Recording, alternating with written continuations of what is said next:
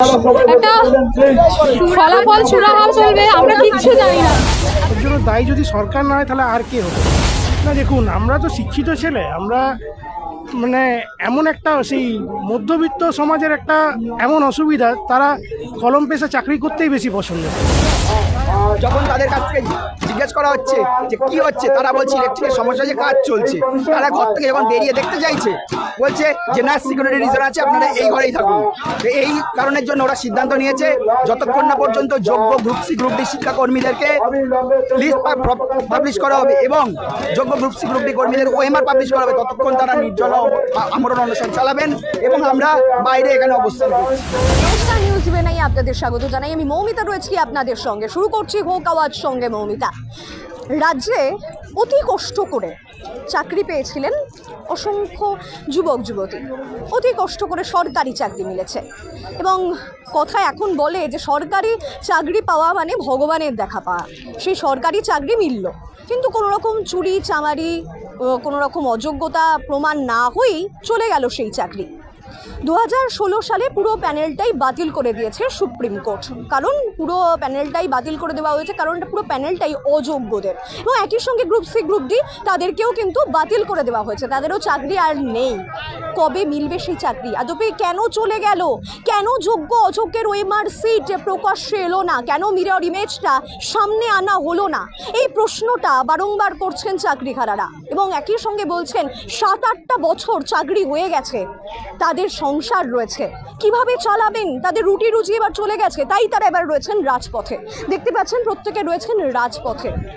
তারা কবে পাবে চাকরি, এমনটাই প্রসঙ্গ। কেন চাকরি চলে গেল, কি করলেন তারা? কোনো উত্তর তাদের নেই, কোনো উত্তর দিতেই পারছে না রাজ্য সরকার। তাহলে কি হবে? এই দায় কার? তাহলে কি চাকরিহারাদের জীবন নিয়ে ছিনিমিনি খেলছে এই রাজ্য সরকার? রাজ্যের মুখ্যমন্ত্রী মমতা বন্দ্যোপাধ্যায় তিনি যে কোনো জায়গায় বারংবার ছুটে ছুটে যান। তিনি বলেন যে সাধারণ মানুষের পাশে তিনি আছেন, তিনি ছুটে যাচ্ছেন, বারংবার তাদের সঙ্গে কথাও বলতে চান, কিন্তু এখানে সেই ছবিটা কেন দেখা গেল না? এই প্রশ্নটাই কিন্তু করছেন চাকরিহারারা। তারা ঠিক কি বলছেন শুনুন। আগে যেটা বারবার বলা হতো যে পড়াশুনো করে যে গাড়ি ঘোড়া চড়ে সে, কিন্তু প্রবাদ বাক্যটা এখন উল্টে গেছে কার্যত। পড়াশুনো করে যে অনাহারে মরে সে হয়ে গেছে। আর একটা সত্যজিৎ রায় সে হীরক রাজার দেশে যেখানে বলছেন যে বিদ্যালয়ে লোকসান নাহি সম্মান নাহি মান, মানে এরকম ব্যাপার হয়ে গেছে, যেখানে আমরা এত বছর ধরে যোগ্যতা সহ চাকরি করছি, যেখানে 3 তারিখের পর থেকে আমাদের চাকরি চলে গেছে। কিছু অযোগ্য এসএসসি, অযোগ্য স্কুল সার্ভিস কমিশন, বোর্ড, পর্ষদ, এদের জন্য আমাদেরকে স্কুল থেকে বিতাড়িত হয়ে আজকে আমাদের রাজপথে এসে অনশন করতে হচ্ছে, আন্দোলন করতে হচ্ছে। এবং আমাদের আগামী ভবিষ্যৎ কি হবে, আমাদের বাড়ির পরিবার কিভাবে চলবে, আমাদের ছেলে মেয়ে কীভাবে তারা বেঁচে থাকবে, কীভাবে বাবা মার কীভাবে ওষুধ জোগাড় করবো, তার সমস্ত কিছুই আমাদের এখন মাথার উপরে মানে চিন্তার বিষয়। এবং এই বিষয়গুলোতে সরকারের কোনো পদক্ষেপ বা সদর্থক পদক্ষেপ, যেটা একমাত্র লক্ষ্য করা যাচ্ছে না, যেখানে সরকার যা ক্রমশ টাইমটাকে কিল করছে এবং সমস্ত কিছুকে গুলিয়ে দেওয়ার চেষ্টা করা হচ্ছে, যে কীভাবে সেই বিষয়টা আরও জটিল হয় এবং জটিল এবং কোর্টকে দোষারোপ করে সেটাকে আমাদের কিভাবে আস্তে আস্তে সাইলেন্টলি কিভাবে আমাদেরকে হত্যা করা হচ্ছে, এটা তার প্রকৃষ্ট মানে প্রমাণ বর্তমান সমাজ। এবং বর্তমান কাছে আসবো যে বিষয়টা উনি বললেন যে সরকার মূলত আপনাদেরকে মারতে চাইছেন, বলতেই পারেন, কিন্তু সরকারেরই কি দায় এটা? সরকারের ছাড়া তো আর কারো দায় নয়। অ্যাডভার্টাইজমেন্ট বার করেছিল গভর্নমেন্ট, নিয়ম অনুসারে পর্ষদ যখন একটা ভ্যাকেন্সি স্কুলে ক্রিয়েট হয়, তার রিকোয়ারমেন্ট জানায় এসএসসিকে, এসএসসি নিয়োগ প্রক্রিয়া সম্পন্ন করে বোর্ডের মাধ্যমে, আবার সবাই চাকরি পায়। এই নিয়ম অনুসারে আমরা সবাই চাকরি পেয়েছি। আমরা জানি না কোথায় দুর্নীতি হয়েছে, আমার দায় নয়। যেই প্রক্রিয়া সরকার নির্ধারণ করে দিয়েছে সেই প্রক্রিয়ার মাধ্যমে আমরা চাকরি পেয়েছি। বিগত 6 বছর ধরে আমাদের নামে কোনো অ্যালিগেশন ছিল না। আজকের দিনে 1 বছর আগে, এই 22শে এপ্রিল, আজকের দিনেই আমরা প্রথম হাইকোর্টে আমাদের চাকরি হারিয়েছিলাম। সুপ্রিম কোর্টে গেছিলাম, আমরা স্টে পেয়েছিলাম, ঝুলেছিল চাকরি। শেষ অবধি আমরা জানলাম যে আমাদের চাকরি আর থাকছে না। এর জন্য দায়ী যদি সরকার না হয় তাহলে আর কে হতে পারে? সরকারকে আমাদের ব্যবস্থা করে দিতেই হবে। এখন আইনি প্রক্রিয়া ছাড়া এটা সম্ভব না। এই ধরনের যে বুলিগুলো যেগুলো বলা হচ্ছে, আওড়ানো হচ্ছে যে আমরা ব্যবস্থা করে দেবো, কিন্তু আইনি প্রক্রিয়া ছাড়া এর থেকে বেরোবার কোনো রাস্তা নেই, এটা আমরা সকলে জানি। কিন্তু সেই বিষয়ে আইনি প্রক্রিয়ায় কোনো সদিচ্ছা সরকার এখনো অবধি দেখায়নি। নিজেদের কি ভাবনা চিন্তা রয়েছে? জীবনটা আবার কি করবেন, কোন পথে চলবে, কি ভাবছেন? না দেখুন, আমরা তো শিক্ষিত ছেলে, আমরা মানে এমন একটা সেই মধ্যবিত্ত সমাজের একটা এমন অসুবিধা, তারা কলম পেশা চাকরি করতেই বেশি পছন্দ করে। তাই আমাদেরকে আবার চাকরি করতে হবে, কিন্তু এত সহজে তো এই লড়াই ছেড়ে দেওয়া যায় না। এটা আমাদের যোগ্যতার বিনিময়ে পাওয়া যায়।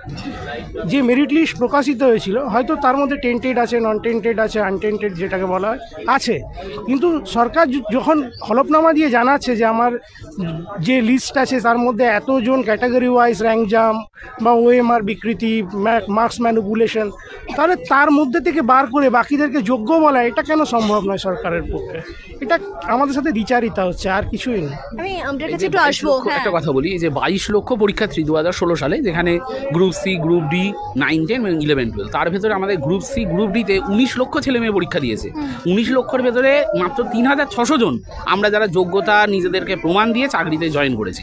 সেই 3600 জন, যেখানে আমরা 19 লক্ষ মানুষের সঙ্গে লড়াই করেছি, 19 লক্ষ ক্যান্ডিডেটের সঙ্গে আমরা কম্পিট করে আমরা যেখানে চাকরি পেয়েছি, সেখানে কিসের আমরা অযোগ্য?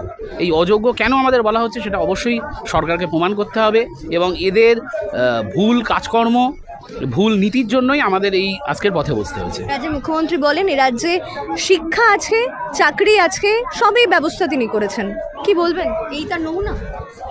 অবশ্যই, যে এটা তো আমরা সবাই দেখতে পাচ্ছি, তার বেশিরভাগ তিনি যা কথা বলেন সমস্তই রাজনৈতিক কথা, যেগুলো তিনি বলেন তার প্রত্যেকটাই রাজনৈতিক, মানে যার অন্য কোনো অভিসন্ধি আছে, যার মানে সত্যি বা বাস্তবতা তার কিছুই নেই তার কথাবার্তার মধ্যে। তার কথার মধ্যে কোনো বাস্তবতা বা সত্য কোনো লুকিয়ে থাকে না, সমস্ত কিছুই মিথ্যে এবং অবাস্তব। আমার নাম গৌতম নাথ। আপনি কোন স্কুলের সঙ্গে? আমি কৈকালা হাই স্কুল, হুগলি ডিস্ট্রিক্টে। আমি আর একটা জিনিস বলতে চাই, ধরুন আমরা বিগত 7 বছর ধরে মাধ্যমিক, উচ্চ মাধ্যমিক পরীক্ষার আমরা দায়িত্ব সামলাচ্ছি, বিভিন্ন কাজের যে সমস্ত দায়িত্ব সামলাচ্ছি, এবং বিগত আমার চাকরি জীবনে আমি 5খানা ভোট করিয়েছি। তাহলে আমাদের এই যে ভোট করানো বা এই সমস্ত, তাহলে সেই সমস্ত নেতা অযোগ্য যদি আমরাই হই, তাহলে আমাদের ভোটের মধ্যে দিয়ে বা আমাদের ভোটের কাজকর্মের মধ্যে দিয়ে যে সমস্ত নেতা নির্বাচিত হয়েছে তারাও কি অযোগ্য হয়ে যাবে? তো সেই হিসাবে সেখানে আমরা পাঁচটা গত এই 7 বছরে আমরা 5খানা ইলেকশন আমরা সামলে দিয়েছি। এখানে কি করে আমাদের অযোগ্য বলা হচ্ছে? এটা সরকারকে বিচার করতেই হবে, কোর্টকেও ভেবে দেখতে হবে অবশ্যই। আপনার নাম কি? অর্ণব চ্যাটার্জি। আপনি কোন স্কুলের সঙ্গে?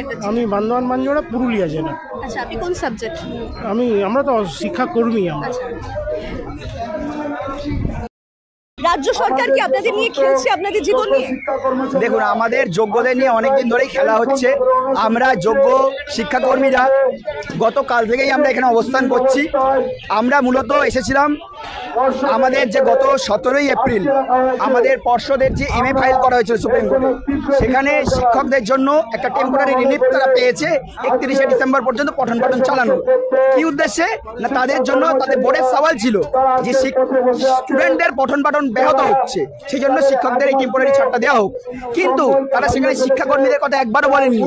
এই শিক্ষাকর্মীরা স্কুলের যে একটা গুরুত্বপূর্ণ অঙ্গ, রাজ্য সরকারের গুরুত্বপূর্ণ যে প্রকল্পগুলো শিক্ষাকর্মীদের মাধ্যমে পরিকল্পিত হয়, স্কুলের সমস্ত অ্যাডমিনিস্ট্রেটিভ কাজ শিক্ষাকর্মীরা করেন, এই কথা একবারও তুলে ধরা হয়নি।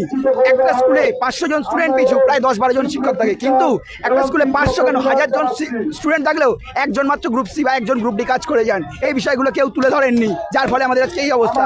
আমরা সেই বিষয়ে জবাব দেওয়ার জন্যই গতকাল মধ্যশিক্ষা পর্ষদে এসেছিলাম। মধ্যশিক্ষা পর্ষদের সভাপতি নিজে আমাদের সঙ্গে দেখা করবেন বলেছিলেন, মিটিং করবেন বলেছিলেন।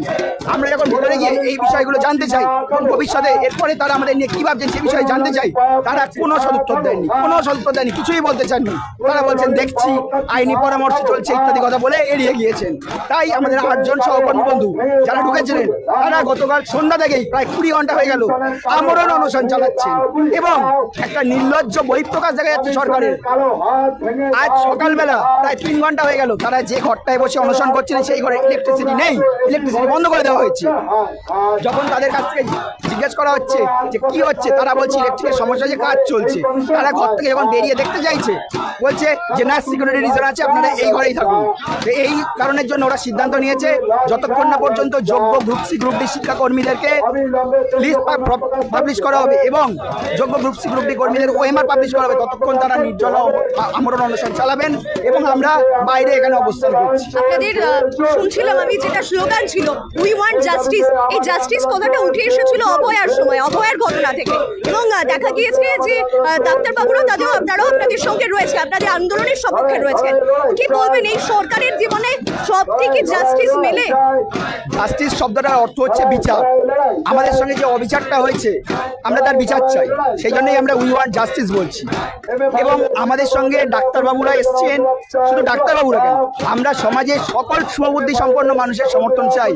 আমরা চাই রাস্তার একটা সাধারণ মানুষ, শিক্ষক, ডাক্তার থেকে শুরু করে সবাই আমাদের সমর্থন জানান। আমাদের সঙ্গে যে অবিচারটা হয়েছে তারা জানুন, তারা জেনে এর যে একটা সলিউশন তা করার ব্যবস্থা করার জন্য সবাইকে চাপ দিন। এটা ছাড়া আমাদের আর কিছু বলার নেই। আমরা সম্পূর্ণ অরাজনৈতিক ব্যক্তিত্ব, এর সঙ্গে কোনো রাজনীতির যোগাযোগ নেই। রাজ্যের মুখ্যমন্ত্রী মমতা বন্দ্যোপাধ্যায় আপনাদেরকে ডাকলেন, নেতাজি ইন্ডোরে ওনাদেরকে বললেন, আশ্বাসবাণী দিলেন, এবং একই সঙ্গে শিক্ষামন্ত্রী ব্রাত্য বসু আশ্বাসবাণী দিয়েছিলেন ওই মার্কশিট প্রকাশে। আশ্বাসবাণী থেকে গেল, প্রতিশ্রুতি থেকে গেল, পূরণ হলো না। রাজ্যের মুখ্যমন্ত্রী আপনাদের সঙ্গে এখানে এসেও বলতে দেখা করেনি, দীর্ঘক্ষণ হয়ে গেছে আপনাদের আন্দোলন। কি বলবেন এই রাজ্যের মুখ্যমন্ত্রীকে আপনারা চেয়েছিলেন? দেখুন, আমি আবারও বলছিলাম, আমরা অরাজনৈতিক ব্যক্তি, আমরা কোনো রাজনীতির মধ্যে ঢুকতে চাই না। আমরা ছোটবেলা থেকে পড়াশুনো করে প্রতিষ্ঠিত হতে চেয়েছি, একটা সরকারি চাকরি পেতে কতটা কষ্ট করতে হয় তা আমরা জানি। সেই কষ্ট করে আমরা যোগ্যতার মাধ্যমে আমরা সরকারি চাকরি পেয়েছিলাম। 7 বছর পর যখন আমাদের সেটা কেড়ে নেওয়া হলো, আমরা এখন জবাব চাইছি, আমরা কোনো জবাব পাচ্ছি না। যে সরকার আমাদের নিয়োগ করেছিল তারা আমাদের কোনো সহায়তা করছে না। তাদের আমাদের নিয়ে কি ভবিষ্যৎ পরিকল্পনা, তারা কীভাবে আমাদেরকে সব পদে বহাল রাখবে আবার, সেটা নিয়ে তাদের কোনো পরিকল্পনা নেই। তাই আমরা এই বিষয়ে মুখ্যমন্ত্রী কি বলছেন, আমাদের সত্যি যেদিনের পর থেকে আশ্বাসই থেকে গেছে, তাই আমরা যতক্ষণ না বাস্তবায়িত হচ্ছে আমরা কিছু বিশ্বাস করতে চাইছি। আপনার নাম? অমিত মণ্ডল। আপনি কোন স্কুলের সঙ্গে? আমি দমদম বাপুজি কলোনি আদর্শ বিদ্যা মন্দির স্কুলের ক্লার্ক। একটা ফলাফল সুরাহা চলবে, আমরা কিচ্ছু জানি না। আপনাদের বাথরুম পর্যন্ত বন্ধ করে দিয়েছে। পাবলিক টয়লেটে বন্ধ করা যায়? পাবলিক টয়লেটে পলিটিক্যালি এটা বন্ধ কেন করবে? একটা মেয়েরা কিভাবে থাকবে? রুটিতে হাত মারলো, প্রথমে পেটে লাঠি, তারপর বাঁচার মতো জল নেই, একটা বাথরুম নেই, বাঁচবে কি করে? বাঁচার সমস্ত পথ বন্ধ করে দিচ্ছেন এরা, সমস্ত পথ। কোনোভাবেই আমাদের বাড়িতেও থাকতে পারছি না, এখানে তো দাঁড়াতেও পারছি না। মানুষ আপনাদের বলেছে যাদের যোগ্য তারা যেতে পারে চাকরিতে, তবে 31শে ডিসেম্বর পর্যন্ত আবার বসতে হবে চাকরিতে। কি বলবেন? সেটা শুধু টিচিং স্টাফদের জন্য, নন টিচিংদের জন্য নয়। আমরা নন টিচিং স্টাফ। মানে আপনাদের কি ভাবছেন, কি বলবেন? আমাদের তো পুরোপুরি বয়াকাত্য বাদ করে দিয়েছেন। আমাদের জন্য কিছু ভাবছেনই না, না মধ্য শিক্ষা পর্ষদ, না এসএসসি, কোনো কিছুই তো ভাবছেন না আমাদের জন্য। আজকে আপনাদের মধ্য শিক্ষা কি দাবি? আমাদের যোগ্য লিস্টটা দিয়ে স্কুলে আমরা ফিরতে পারি, এটাই দাবি। সসম্মানে স্কুলে ফিরতে চাই, আমরাও কাজ করতে চাই। গভর্নমেন্টের জন্য আমাদের চাকরিটা গেছে, আমরা আবার চাকরি যাতে পাই সেই ব্যবস্থা করুক গভর্নমেন্ট। আপনাদের বারংবার আপনাদের যে দাবিটা ওএমআরসিট প্রকাশ করা, সেই দাবিটা আপনারা করছেন, কিন্তু কোনো রকম ভাবেই সেটা প্রকাশ্যে আসছে না। রাজ্যে দিন দিচ্ছে না ওএমআরসিট, ওরা ইচ্ছাকৃতভাবে করছেন, ওরা ইচ্ছাকৃতভাবেই করছেন। যারা এই সমস্ত দুর্নীতির সঙ্গে যুক্ত তারা ইচ্ছাকৃতভাবেই করছে, যাতে এই ওএমআর যেন পাবলিশ না হয়, আর এই যোগ্য অযোগ্য লিস্ট যেন কোনোদিন পাবলিশ না হয়, আর চিরজীবন যেন আমরা এইভাবেই একে অপরের সাথে লড়ে যাই, এইটাই চাইছেন উনি। এইভাবে তো হতে পারে না কখনো। আপনাদের পরিকল্পনা কি রয়েছে এবার? ভাবতে কি চাইছেন? আমরা এইভাবেই বসে থাকবো যতক্ষণ না কিছু হচ্ছে। আমরা এখানেই থাকবো। আপনার নাম? আর উপায় নেই। ক্রিস্টিনা। আপনি কোন স্কুলের সঙ্গে অ্যাটাচ ছিলেন? আমি মধ্যমগ্রাম এপিসি বালিকা থেকে। আপনি? মধুমিতা মণ্ডল, শ্রীপুর হাই স্কুল। শুধুমাত্র শিক্ষক শিক্ষিকারা নয়, একই সঙ্গে চাকরিহারাদের সঙ্গে পাশে রয়েছেন, অর্থাৎ একই সঙ্গে যারা পাশে রাজপথে রয়েছেন, গ্রুপ সি গ্রুপ ডি, তারাও কিন্তু রাজপথে। তাদের জন্য সরকার কোনো কথা ভাবেনি মধ্য শিক্ষা পর্ষদ। প্রথমে চাকরি গেছে, এখন তারা রাজপথে রয়েছেন। তাদের ভাবনা কি বলবেন? আর কি বলবো, সরকার আমাদের সব দিক থেকে বঞ্চনা করেছে, আমাদের জীবন নিয়ে ছিনিমিনি খেলছে। আজ আমরা বিগত 1 বছর ধরে এইভাবে আমরা আন্দোলন করে আজ আমাদের প্রথমে পেটে লাথি মারলো এবং ভাত রুটি সবই কেড়ে নিল। সমস্ত কিছু আমাদের জীবনটাকে এমনভাবে শেষ করে দিল, আমরা নিজেরা এখন কি করব ভেবে পাচ্ছি না। আমার মেয়ে আছে একটা 18 বছর। আমরা এখন যে কী পরিস্থিতি আছি ডাইরেক্টলি সুপ্রিম কোর্ট আমাদের বলে দিল যে আমরা অযোগ্য। আমাদের পুরো প্যানেলটাকে মানে পুরো আমাদের গ্রুপ সি গ্রুপ ডিকে পুরো বাদই করে দিল।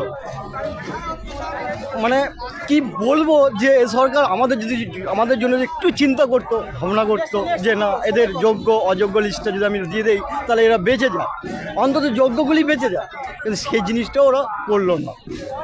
আমাদের বিগত এই মানে 1 বছর ধরে টানাপোড়া করে করে করে করে অবশেষে আমাদের পুরো রাজপথেই ফেলে দিল। আপনারা দীর্ঘদিন ধরে চাকরি করলেন, এখন 7 বছর ধরে চাকরি করার পর কারোর চাকরি যায় এটা আমার জানা ছিল না।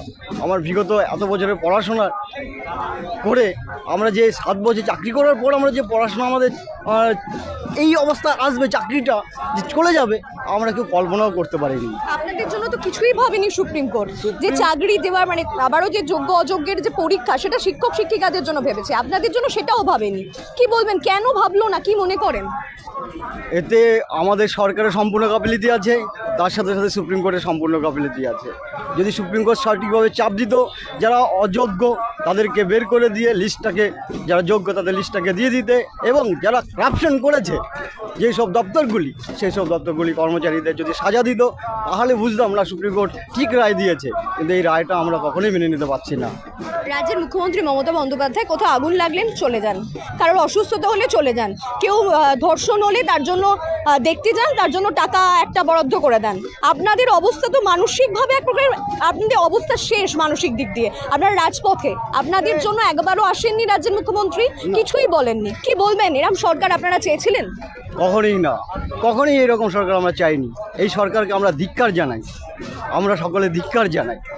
যদি সরকার সঠিক হতেন তাহলে আমাদের এই রাজপথ দেখতে হতো না, আজকে রাজপথে বসে থাকতে হতো না। আপনার নাম?